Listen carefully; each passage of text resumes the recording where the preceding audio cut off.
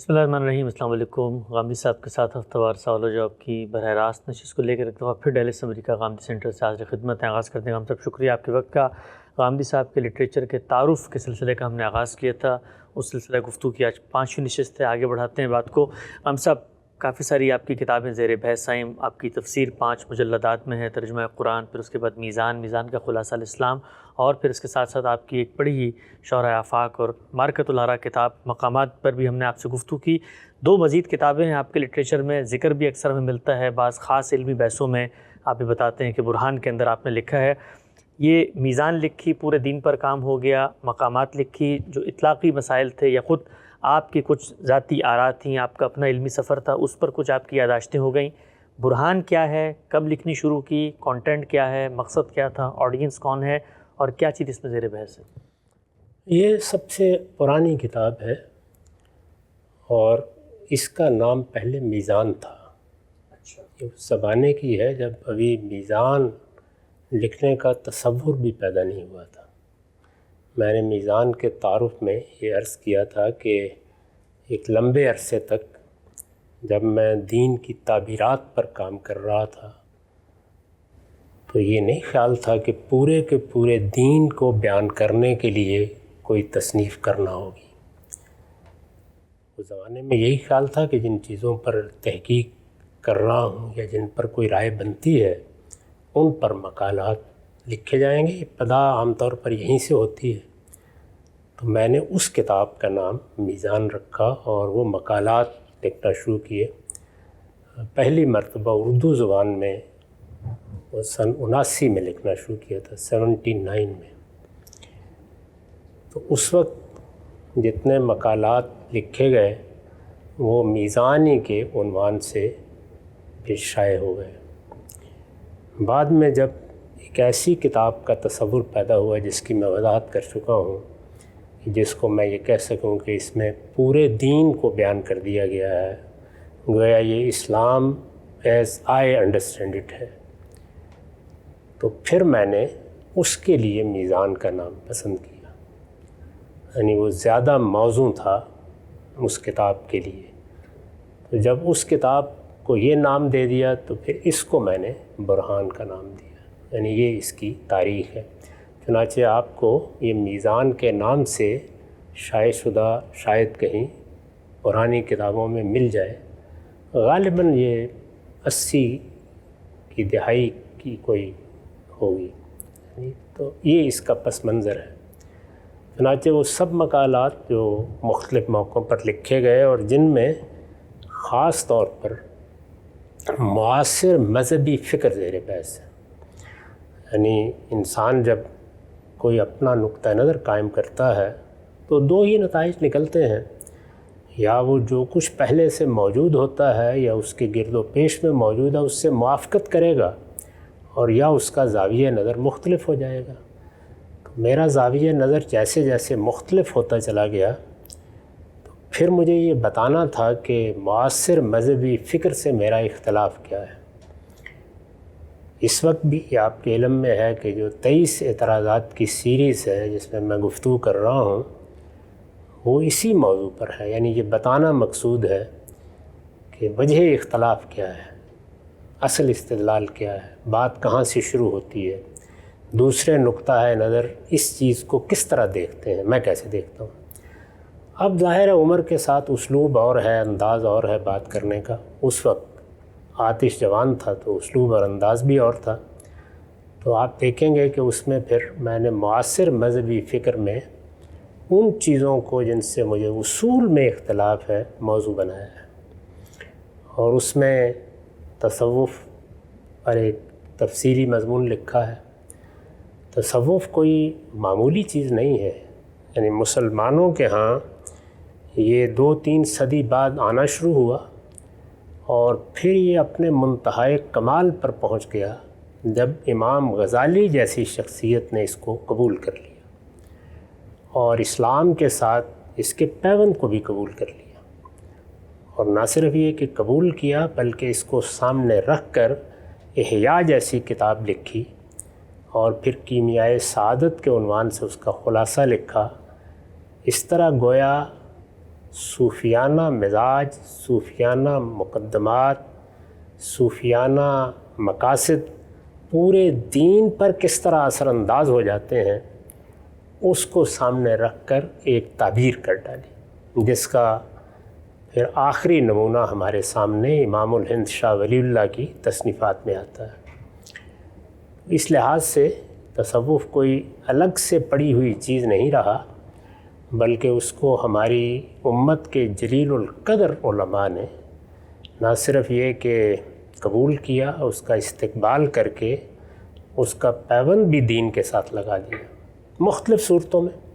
شاہ ولی اللہ اس میں ایک اور طرح کی تقسیم کرتے ہیں، غزالی نے اور طریقے سے اس کو دیکھا، اور شیخ اکبر ابن عربی اور اس طرح کے بعض بزرگوں نے اور اسلوب میں دیکھا۔ تو یہ چیز اس کا تقاضا کرتی تھی کہ اس کے بارے میں رائے قائم کی جائے۔ چنانچہ بہت تحقیق تفحص کے بعد جب میری یہ رائے بن گئی کہ یہ ایک بالکل الگ اور متوازی نظام فکر ہے،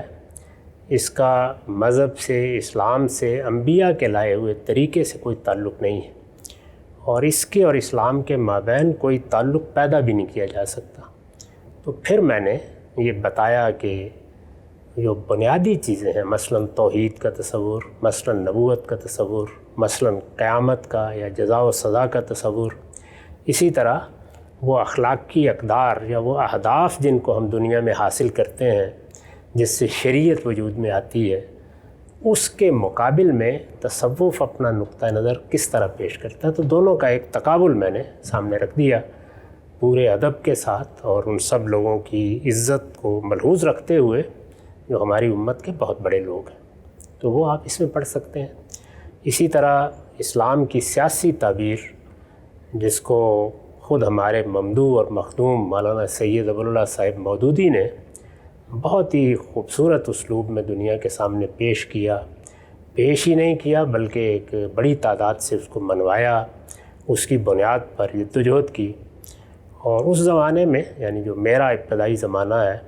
اس کے سب سے بڑے علمبردار، بلکہ اس میں ایک کہہ سکتے ہیں کہ مجتہد فی المذہب کی حیثیت ڈاکٹر اسرار احمد صاحب کو حاصل تھی۔ تو مجھے اس تعبیر کا بھی جائزہ لینا تھا۔ اس کا جائزہ لینے کے بعد بھی جو آخری نتیجہ نکلا وہ یہی تھا کہ اس تعبیر کا بھی دین سے کوئی تعلق نہیں ہے، اور جب نہیں ہے تو اب اس کی غلطی واضح ہونی چاہیے۔ تو اس میں پھر بعض مقالات میں ان پہلوؤں کو موضوع بنایا گیا ہے، اور اس طرح کی کچھ اور چیزیں ہیں۔ اسی طرح مذہبی فکر جس طریقے سے میرے ہاں زیر بحث آیا، اس میں بعض مقالات میں نے لکھے، تو اس کا لب و لہجہ بھی ذرا مختلف ہے، اس کا اسلوب بھی بہت مختلف ہے، اس میں اسی نوعیت کی چیزیں زیر بحث ہیں۔ اسی لیے میں نے اس کے دیباچے میں یہ لکھا ہے کہ چمن میں تلخ نوائی میری گوارا کر، کہ زہر بھی کبھی کرتا ہے کار دریا کی۔ ہم سے بھی آپ نے بڑا اچھا تعارف اس کتاب کا پیش کیا، جس دیباچے کا خام صاحب نے حوالہ دیا ہے میں اس کو پڑھ بھی دیتا ہوں۔ آپ نے لکھا ہے کہ اس مجموعہ مضامین کی تحریریں زیادہ تر معاصر مذہبی فکر کی تنقید میں ہیں، اسی رعایت سے میں نے ان کے لیے برہان کا نام تجویز کیا ہے۔ ان کا اسلوب ہو سکتا ہے کہ بعض لوگوں کے لیے گراں باری خاطر کا باعث ہو، یہ سب اگر ذوق خامہ فرسائی کی تسکین کے لیے ہوتا تو میں ان کی اشاعت کے لیے کبھی آمادہ نہ ہوتا، لیکن جس احساس ذمہ داری کی بنا پر یہ کتاب لکھی گئی تھی اس کا تقاضا ہے کہ قارئین تک پہنچ جائے۔ اچھا خام صاحب، آپ نے لکھا کہ جو کچھ معاصر کنٹمپریری مسائل ایک عالم کے سامنے پیش آتے ہیں، اور ظاہری بات ہے وہاں پر کچھ ریئلٹیز، کچھ کریکٹرز کھڑے ہوئے ہیں، کوئی آپ کی تحریر کا جواب دے رہا ہے، کچھ آپ نے آلریڈی کہیں گفتگو کی ہے اس کے بارے میں تنقید سامنے آ رہی ہے، تو آپ اس کا جواب دے رہے ہیں۔ کانٹیکسٹ میں رکھ کے چیزوں کو دیکھا جائے تو سمجھ میں آ جاتا ہے کہ بھائی ایک خاص دور ہے، خاص عمر ہے، تو لوگ مکالمہ کر رہے ہیں، کچھ تھوڑا سا بات سختی کی طرف بھی چلی جاتی ہے۔ پوچھنا میں آپ سے چاہتا ہوں، عام طور پہ لوگ یہ کہتے ہیں کہ جو کچھ غامدی صاحب کی باقی تحریریں ہیں، میزان ہے، مقامات ہے، وہاں پر آپ بہت ہی جس کو آپ کہتے ہیں بلند عالمانہ جگہ پر کھڑے ہوئے ہیں اور بالکل استدلال پہ بات کر رہے ہیں، کہیں کوئی چیز زیر بحث نہیں آ رہی اس طریقے کی جس میں آپ کہیں کہ بھی تنقید ہو گئی ہے یا مثال کے طور پہ کوئی طنز تاریز ہو گئی ہے۔ اس کتاب کے بارے میں بعض لوگ یہ کہتے ہیں کہ اس میں ذرا تھوڑے سے عام صاحب لگ رہا ہے غصے میں ہیں، تو اس کا کیا جواب ہے؟ میں نے عرض کیا کہ یہ اس زمانے کے بعض مقالات ہیں، جب آتش جوان تھا تو آپ بہت سی چیزوں میں اپنی تربیت کرتے ہیں اور آپ میں تبدیلیاں آتی ہیں۔ اب تو میں اس طرح کی نہ زبان میں گفتگو کرتا ہوں، نہ کبھی اس اسلوب میں کسی تنقید کا جواب دیتا ہوں، بلکہ اب میں تنقید کا جواب دیتا ہی نہیں۔ میرا تنقیدات کے بارے میں رویہ یہ ہے کہ اگر کسی نے کوئی ایسی بات کی ہے جس میں آپ کی غلطی واضح ہو گئی ہے تو جواب دینے کا کیا سوال ہے، اس کا شکریہ ادا کرنا چاہیے اور اپنی غلطی کا اعتراف کرنا چاہیے۔ اور اگر ایسی تنقید ہے کہ اس میں آپ کی غلطی تو واضح نہیں ہوئی، لیکن جس طرح سے اس کو پیش کیا گیا ہے اس سے کوئی غلط فہمی دوسرے لوگوں کے ہاں ہو سکتی ہے، تو اس کو براہ راست موضوع بنانے کی ضرورت نہیں ہے۔ اس موضوع کے بارے میں جہاں سے غلط فہمی ہو سکتی ہے اس کی وضاحت مزید کر دینی چاہیے۔ یعنی بجائے اس کے کہ آپ کسی خاص شخص کو موضوع بنائیں یا کسی کی تحریر کو موضوع بنائیں یا کسی کی تنقید کا جواب دیں، اس سے تلخیاں پیدا ہوتی ہیں۔ اس سے کہیں بہتر یہ ہے کہ اصل مدعا کو سامنے رکھ کے اس کی وضاحت کر دی جائے۔ تو آپ دیکھیے کہ پچھلے اب 30-35 سال سے میرا یہی رویہ ہے، میں اسی کو موضوع بھی سمجھتا ہوں اور کبھی بھی تنقید یا تنقید کے جواب کا اسلوب نہیں اختیار کرتا۔ جن چیزوں سے مجھے اختلاف ہے ان کے بارے میں بات کی حد تک اپنا نقطہ نظر پیش کر دیتا ہوں کہ یہ اگر شرک ہے یا یہ چیز کفر ہے یا یہ چیز بدعت ہے تو اس کے دلائل یہ ہیں۔ افراد، گروہ، فرقے، ان کو میں موضوع نہیں بناتا کبھی، یعنی اس پہلو سے کہ ان پر تنقید کروں یا ان کی کسی تنقید کا جواب دوں۔ اسی طرح وہ تنقیدات جو نیت اور محرکات طے کر رہی ہوں، جس میں استہزاء کا اسلوب ہو، جو پروپیگنڈے کے انداز کی ہوں، ان سے میں صرف نظر کر لیتا ہوں اور کبھی کوشش نہیں کرتا کہ ان کا ادنیٰ درجے میں بھی کوئی جواب دوں۔ میرے خیال میں اس طرح کی چیزیں جلد یا بدیر تاریخ کے کوڑے دان کی نظر ہو جاتی ہیں، ان کا کوئی نوٹس لینے کی ضرورت نہیں ہوتی۔ تو یہ سارے جتنے تغیرات انسان میں آتے ہیں وقت کے ساتھ آتے ہیں، میرے ہاں بھی آئے ہیں۔ یہ جس زمانے کی ہے اس وقت بہرحال تنقید بھی کی، اس کا جواب بھی دیا، اور بعض جگہوں کے اوپر اس میں کوئی شک نہیں کہ طنز کا اسلوب بھی آ گیا ہے، لیکن کسی جگہ پر آپ کوئی ابتذال الحمدللہ نہیں دیکھیں گے، بس وہ ایک ادبی نوعیت کی طنزی کا اسلوب ہے۔ تو نقطہ واضح ہوا۔ ایک اور ضمنی توضیح پہلو چاہتا ہوں، آپ نے اس میں فرمایا کہ ابتدائی طور پہ جو پورے دین کی انڈرسٹینڈنگ میں اطلاقات میں آراء بن رہی تھی، مثلا دیت کا مسئلہ ہے، اس میں زیر بحث آیا ہے اور باقی چیزیں ہیں، تو میزان لکھتے ہوئے تو ایک لمبا عرصہ پھر غور و فکر کا عمل ہوا، اس میں پھر تصحیح بھی ہوئی، اس کی پریزنٹیشن بھی پروفاؤنڈ ہوئی۔ تو اس میں جو کچھ اس وقت مضامین موجود ہیں وہ کیا آپ کی موجودہ جو فکر ہے اس کو ریپرزینٹ کرتے ہیں، یا ایک قاری کو یہ دیکھنا پڑے گا کہ جس موضوع پر آپ نے میزان میں گفتگو کی ہے اس کی روشنی میں اس کو پڑھا جائے، یا اس کو بھی پھر آپ ساتھ ساتھ ٹھیک کرتے رہیں مضامین؟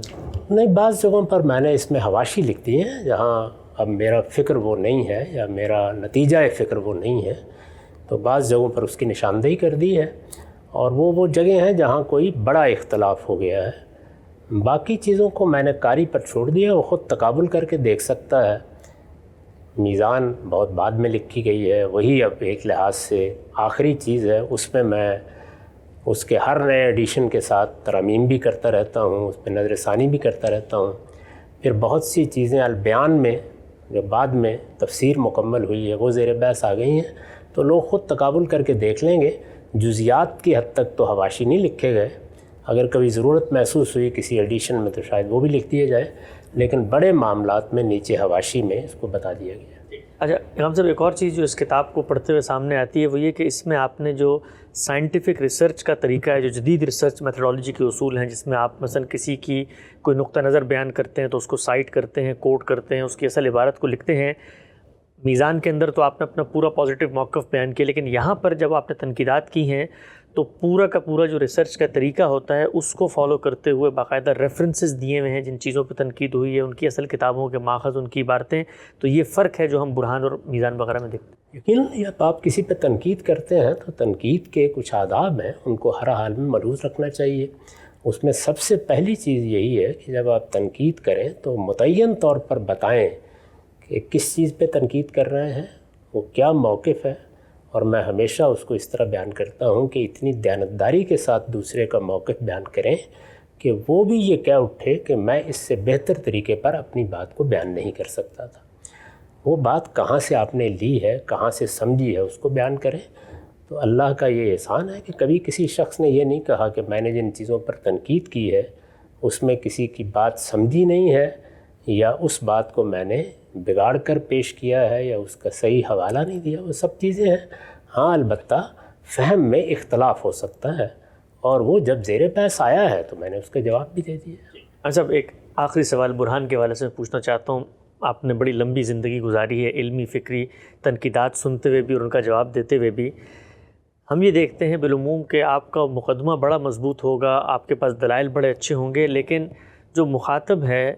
اس کو استدلال سمجھانے کے بجائے، اس کو ایک کنسٹرکٹیو موڈ میں یہ ریئلائز کروانے کے بجائے کہ بھئی تم یہاں پر غلط ہو رہے ہو، بسا اوقات کچھ جملوں کی کاٹ ایسی ہوتی ہے، کچھ باریکی، کچھ نوکیلا پن ایسے ہوتا ہے کہ وہ اس کی انا کو مجروح کر دیتا ہے۔ اور انسان کے بارے میں آپ بہتر جانتے ہیں کہ جس وقت اس کی انا مجروح ہو جائے تو پھر وہ شاید اصل استدلال کو بھی نہیں پڑھتا۔ حاصل کیا ہے آپ کی زندگی کا؟ یہ کتاب چونکہ آپ نے لکھی آج کل ان لوگوں کو جو تنقیدات کر رہے ہیں، ہم لوگ کو مستقبل میں کام کرنا چاہیں، کہ کتنا الگ رکھنا چاہیے پیور ایکیڈمک تنقید میں کسی طنز، تعریض یا کسی ایسی چیز کو جو پھر حجاب بن جاتی ہے پورے کے پورے اس مقدمے تک پہنچنے کے لیے؟ ہر حال میں ملحوظ رکھنا چاہیے۔ میرا خیال ہے اس کا کوئی حاصل ہی نہیں ہوتا۔ یعنی میں اگر دوبارہ پیدا ہوں اور دوبارہ شعور کے اوپر کو پہنچوں تو جو تنقیدات میں نے اس زمانے میں کی تھیں وہ بھی نہیں کروں گا، اس لیے کہ اس کا کوئی فائدہ نہیں ہے۔ آپ کو چاہیے یہ کہ جو بھی آپ کا فکر ہے اس کو آپ مثبت استدلال کے ساتھ پیش کریں، اس کے مقابل میں دوسرے افکار کو رکھ کر ان کے استدلال کا تجزیہ کر دیں۔ کسی چیز یا کسی شخص کو براہ راست موضوع بنانے سے سوائے اس کے کہ خاص طرح کی تلخی پیدا ہو جاتی ہے اور کچھ نہیں ہوتا۔ اور لوگوں کا معاملہ بھی یہ ہے کہ وہ اصل میں ان جملوں سے اور اس ادبی اسلوب سے حظ اٹھاتے ہیں، یہ نہیں ہوتا کہ ان کے دل میں کوئی بات اتر جائے۔ دل میں بات اتارنے کا طریقہ ہر حال میں مثبت ہونا چاہیے، اور اس میں وہی طریقہ اختیار کرنا چاہیے جس کو قرآن کہتا ہے کہ وہ حجت بالغہ بن جائے، یعنی دل نشین حجت بن جائے۔ اور کوئی چیز دل نشین حجت اس وقت بنتی ہے جب اس میں دردمندی ہو، اخلاص ہو، بات محبت کے ساتھ کہی جائے، دوسرے کی عزت اور احترام کا لحاظ کر کے کہی جائے، اور استدلال کے ساتھ کہی جائے، اور لوگوں میں سب اصحاب علم کا احترام پیدا کیا جائے۔ میرا جو کچھ بھی زندگی کا حاصل ہے وہ یہ ہے کہ یہ محمد الرسول اللہ کی امت ہے، اس میں اختلافات ہو سکتے ہیں، اس کے سب علماء ہمارے علماء ہیں، اس کے سب گروہ ہمارے گروہ ہیں، یہ ایک جسم ہے جس کے اجزاء یا اعضاء کو ہم دیکھتے ہیں، تو اس لیے اس میں محبت کا تعلق ہونا چاہیے۔ تاہم بات بھی کہنی ہے، واضح بھی کرنی ہے، تو اس کا طریقہ یہ ہے کہ خالص علمی طریقے سے آپ اپنی بات بیان کر دیں، اس کے دلائل بیان کر دیں۔ اگر کوئی چیز اس کے مقابل میں سامنے آتی ہے مزید توضیح کر دیں، مزید توضیح کی ضرورت پیش آتی ہے تو توضیح در توضیح کرتے چلے جائیں، لیکن اس طرح کا براہ راست تنقیدی طریقہ یا جواب در جواب کا طریقہ نہ اختیار کریں۔ ظاہر ہے کہ یہ میرا تجربہ ہے اور میں اس نتیجے پر پہنچا ہوں اور اس کو مفید سمجھتا ہوں اور اس کو اپنائے ہوئے ہوں۔ چنانچہ آپ دیکھیں کہ اب کئی دہائیاں ہو چکی ہیں، میں نے کبھی اس طرح کی چیزوں کو موضوع ہی نہیں بنایا۔ بہت ہی اعلیٰ بات یہ ہے کہ جو تنقیدات پر کتاب لکھی گئی ہے، خود غامدی صاحب اپنی کتاب کو بھی ایک تنقیدی نظر سے دیکھتے ہیں اور اس کے حاصلات بھی سامنے آئے۔ سلسلہ گفتگو کو آگے بڑھائیں گے۔ غامدی صاحب کے لٹریچر کے تعارف کا سلسلہ جاری ہے۔ غامدی صاحب ایک شاعر بھی ہیں، شاید ہی سننے والوں کے لیے بڑے اچنبے کی بات ہو، اور پورا کا پورا آپ کا ایک مجموعہ ہے۔ یہ کب لکھنے کا احساس پیدا ہوا، کب سے یہ شعری رمق طبیعت میں پائی جاتی ہے، اور اس میں جو مضامین ہیں وہ کیا کیا ہیں؟ سلسلہ گفتگو غامدی صاحب سے بحث لائیں گے۔ وقت یہاں پہ ختم ہوتا ہے، دوبارہ حاضر خدمت ہوں گے، اب تک آپ لوگوں کا بہت شکریہ۔